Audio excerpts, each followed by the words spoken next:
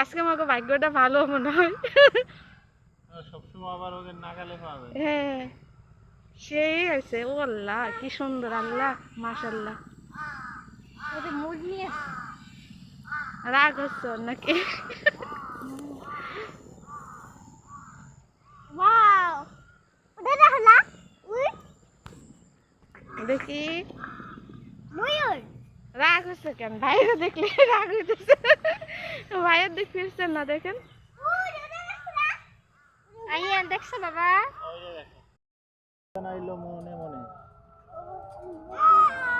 প্রতিবাদ জানাইলো।